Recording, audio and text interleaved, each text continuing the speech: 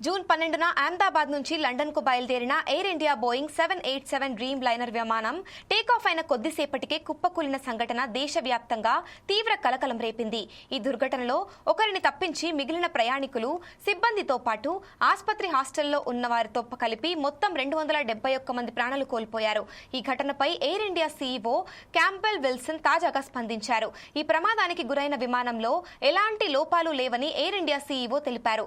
ప్రమాదానికి గురైన బోయింగ్ విమానాన్ని ప్రమాదానికి ముందు పూర్తిగా తనిఖీలు చేసినట్టు స్పష్టం చేశారు.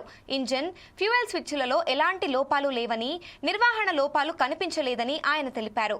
అంతేకాదు, విమానంలో ఉపయోగించిన ఇంధన స్విచ్లను 2 సార్లు మార్పు చేశామని, అమెరికాకు చెందిన పరిశీలనా సంస్థ కూడా ఈ స్విచ్లు సురక్షితమైనవేనని నిర్ధారించిందని ఆయన వెల్లడించారు.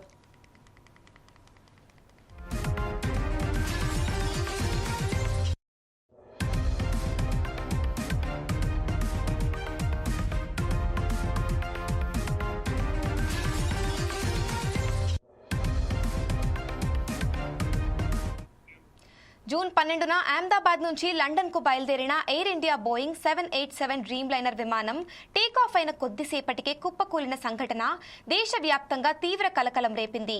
ఈ దుర్ఘటనలో ఒకరిని తప్పించి మిగిలిన ప్రయాణికులు, సిబ్బందితో పాటు ఆసుపత్రి హాస్టల్లో ఉన్న వారితో కలిపి మొత్తం 271 మంది ప్రాణాలు కోల్పోయారు. ఈ ఘటనపై air India CEO Campbell Wilson తాజాగా స్పందించారు. ఈ ప్రమాదానికి గురైన విమానంలో ఎలాంటి లోపాలు లేవని ఎయిర్ ఇండియా సీఈఓ తెలిపారు. ప్రమాదానికి గురైన బోయింగ్ విమానాన్ని ప్రమాదానికి ముందు పూర్తిగా తనిఖీలు చేసినట్టు స్పష్టం చేశారు. ఇంజిన్, ఫ్యూయల్ స్విచ్లలో ఎలాంటి లోపాలు లేవని, నిర్వహణ లోపాలు కనిపించలేదని ఆయన తెలిపారు. అంతేకాదు, విమానంలో ఉపయోగించిన ఇంధన స్విచ్లను 2 సార్లు మార్పు చేశామని, అమెరికాకు చెందిన పరిశీలనా సంస్థ కూడా ఈ స్విచ్లు సురక్షితమైనవేనని నిర్ధారించిందని ఆయన వెల్లడించారు.